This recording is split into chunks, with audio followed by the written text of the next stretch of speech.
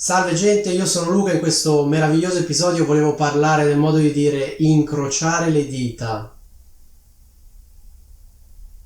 Concretamente incrociare le dita è fare questo gesto, cioè il dito indice e il dito medio li incrociamo in questo modo.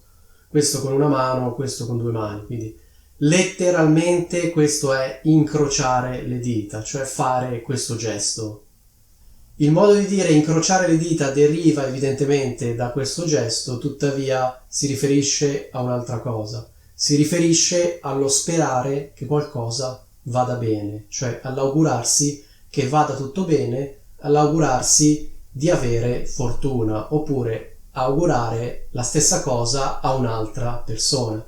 Quindi incrociare le dita vuol dire sperare che a noi vada tutto bene, oppure sperare che a un'altra persona vada tutto bene. Evidentemente in passato si faceva questo gesto, oggi chiaramente nessuno fa più questo gesto, però l'idea è rimasta la stessa, cioè quando diciamo incrociare le dita ci riferiamo all'idea di sperare che tutto vada bene, sperare di avere fortuna o comunque di non avere sfortuna. Quindi questo modo di dire spesso lo troveremo come esortazione a sperare che vada tutto bene. Per esempio, spesso lo troverete in una frase come incrociamo le dita, punto esclamativo, oppure non ci resta che incrociare le dita. Ecco, perché questo modo di dire viene usato in quelle situazioni in cui abbiamo fatto quello che potevamo fare e non ci resta che sperare, cioè dobbiamo metterci lì così a sperare che vada tutto bene, stare così a dire ti prego, fai che vada tutto bene, eccetera, eccetera, no? In particolare incrociare le dita non si riferisce tanto a una divinità quanto al caso, al concetto di fortuna, quindi è più generale, quindi incrociare le dita non è una cosa che riguarda tanto persone credenti o meno, ma è una cosa che riguarda, diciamo, il concetto di fortuna, sfortuna, no? Incrociare le dita vuol dire rivolgersi alla fortuna, sperare che vada tutto bene. Quindi, per esempio, se io sto parlando con una mia amica e stiamo discutendo di un problema e non sappiamo come si evolverà una determinata situazione, io posso dire, dai, incrociamo le dita. Cosa significa? Per esempio, facciamo finta che un mio amico abbia fatto un esame all'università. Io gli chiedo com'è andato, lui mi risponde che non lo sa, che non è sicuro di averlo passato e poi mi dice, incrociamo le dita. Che significa? Speriamo che sia andato bene.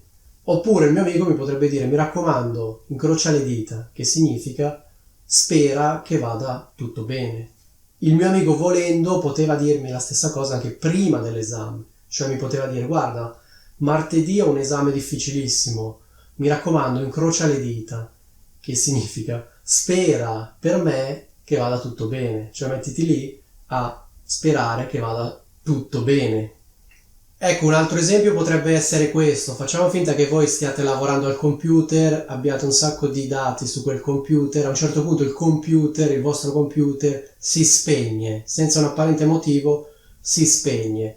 Voi sul computer avete un sacco di file di cui non avete fatto il backup, quindi i vostri file sono tutti su quel computer. Provate a riaccenderlo e il computer non si accende. Provate di nuovo ad accenderlo e mentre schiacciate il bottone, mentre aspettate che il computer si accenda, fondamentalmente voi state incrociando le dita, cioè senza saperlo voi state incrociando le dita, cioè state sperando che tutto vada bene, che il computer si riaccenda. Ecco, in uno scenario di questo tipo si potrebbe usare il modo di dire incrociare le dita, perché fondamentalmente non c'è che da sperare che vada tutto bene, non dipende da voi il fatto che il computer si accenda o meno. Voi siete lì, premete il pulsante e sperate con tutto il cuore che il computer si riaccenda, quindi incrociate le dita. Come dicevo all'inizio del video, questo modo di dire non va interpretato in senso letterale, cioè non è necessario che una persona faccia questo gesto affinché si possa usare questo modo di dire.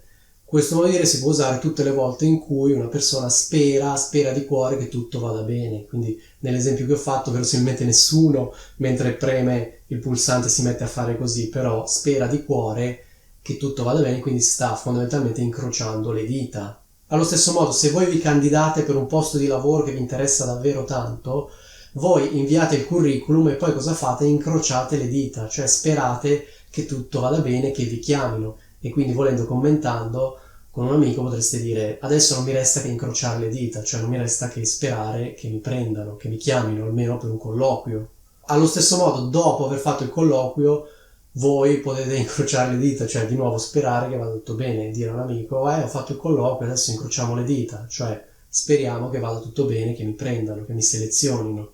Oppure se voi avete comprato un biglietto della lotteria, state guardando l'estrazione in televisione in cui estraggono i numeri vincenti, voi metaforicamente, mentre guardate l'estrazione, state incrociando le dita, cioè siete lì così sperando: fai che esca il mio numero, fai che esca il mio numero, fai che esca il mio numero. Non è chiaro a chi vi rivolgiate, ognuno si rivolge a chi preferisce. Ecco, di nuovo, se io dico che voi incrociate le dita mentre guardate la trasmissione, non voglio dire che voi facciate questo gesto, voglio dire che voi sperate di cuore che esca il vostro numero e vinciate la lotteria. Ecco, spero che sia tutto chiaro e vi saluto.